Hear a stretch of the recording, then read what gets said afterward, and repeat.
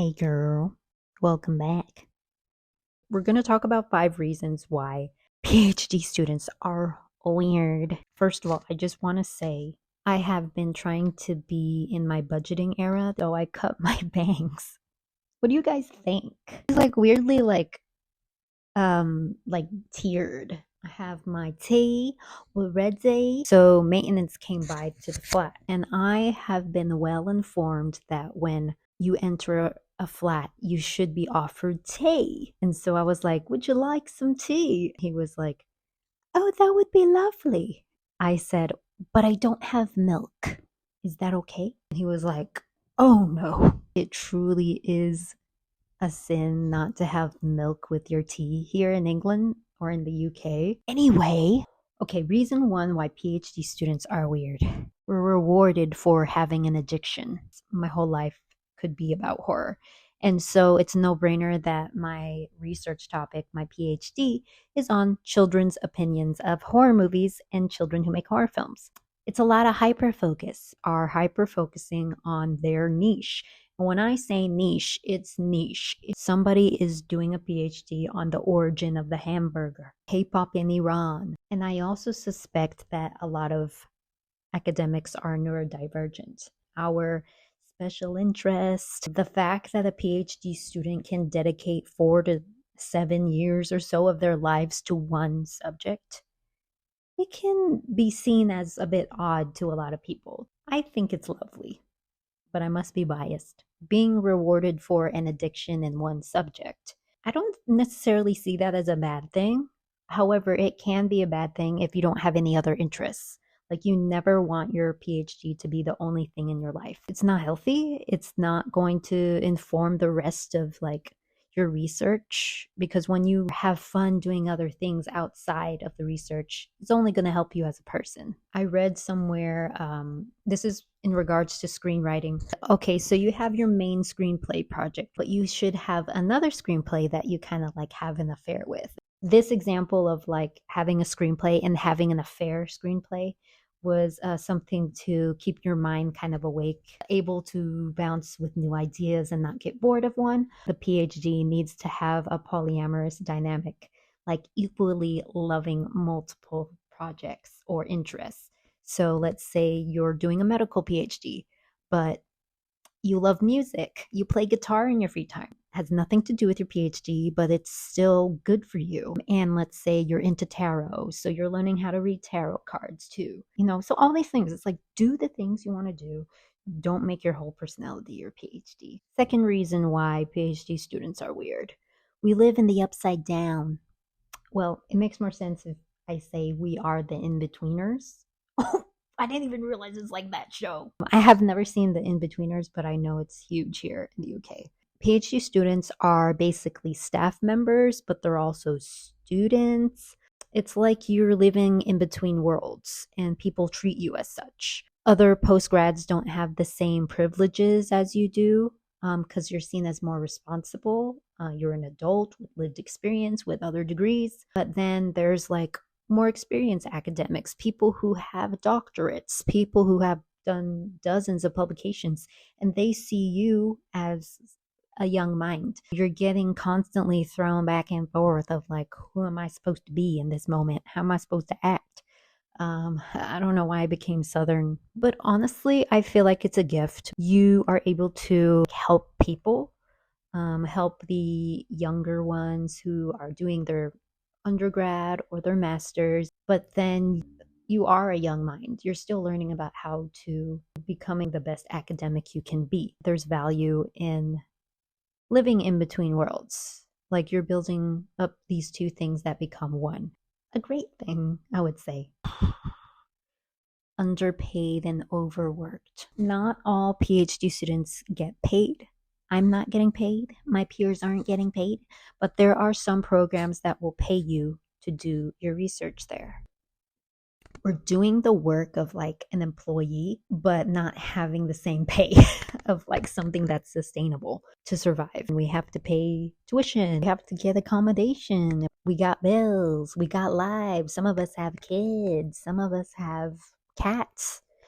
A lot of PhD students have cats, and cats aren't cheap. You should be taking care of yourself, recognizing you can only do what you can do. So I have this problem. I have so many projects. I have so much things I do. I need to be better at setting boundaries for myself. I ask you to reflect on yourself and learn how to set boundaries with other people, but you as well.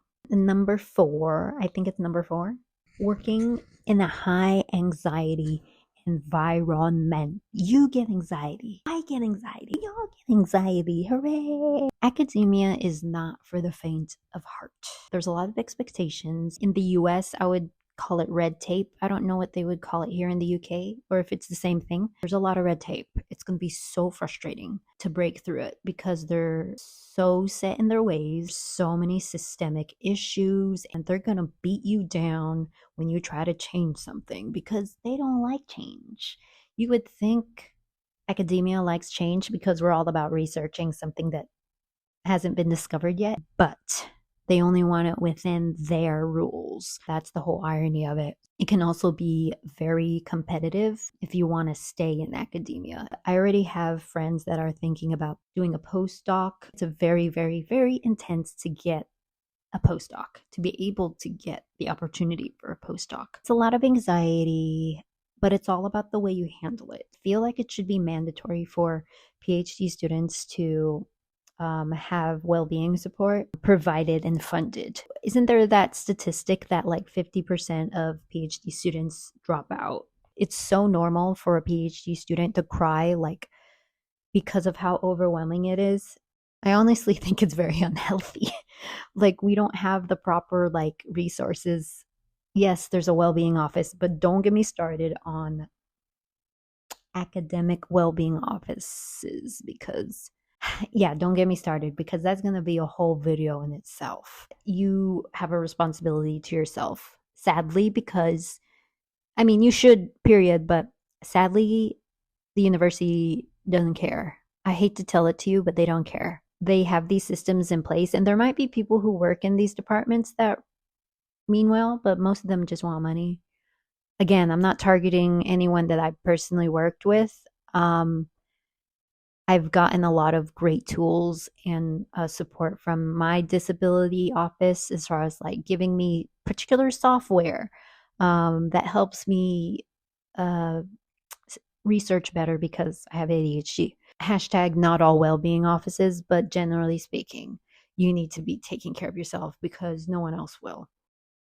Oh my God, I was talking for so long and it wasn't even recording. Basically, I was talking about how competitive academia is. So, this isn't my personal story, but I have multiple sources that at my university. This is a tale as old as time and as bald. There's a man, an academic, who is constantly trying to date PhD students, women.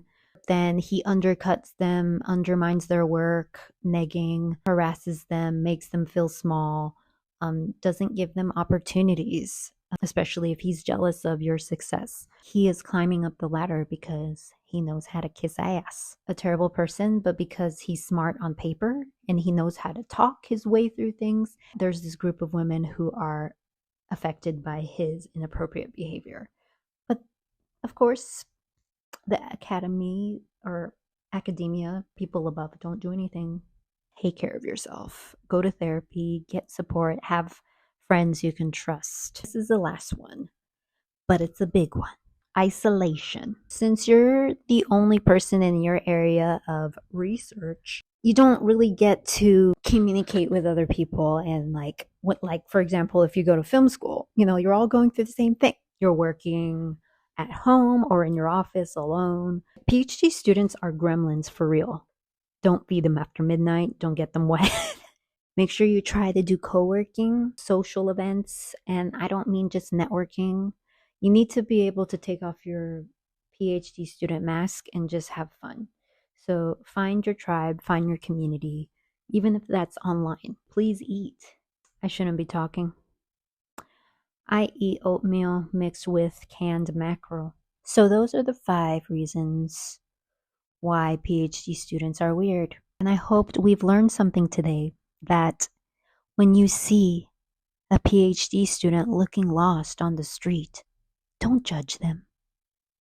Don't run away. Walk up to them and donate a hug because they need it. They feel like they want to give up, but make sure they give their consent for the hug. Some people don't like hugs, maybe a smile, but unless they think you're creepy, or if you have a creepy smile, then don't smile.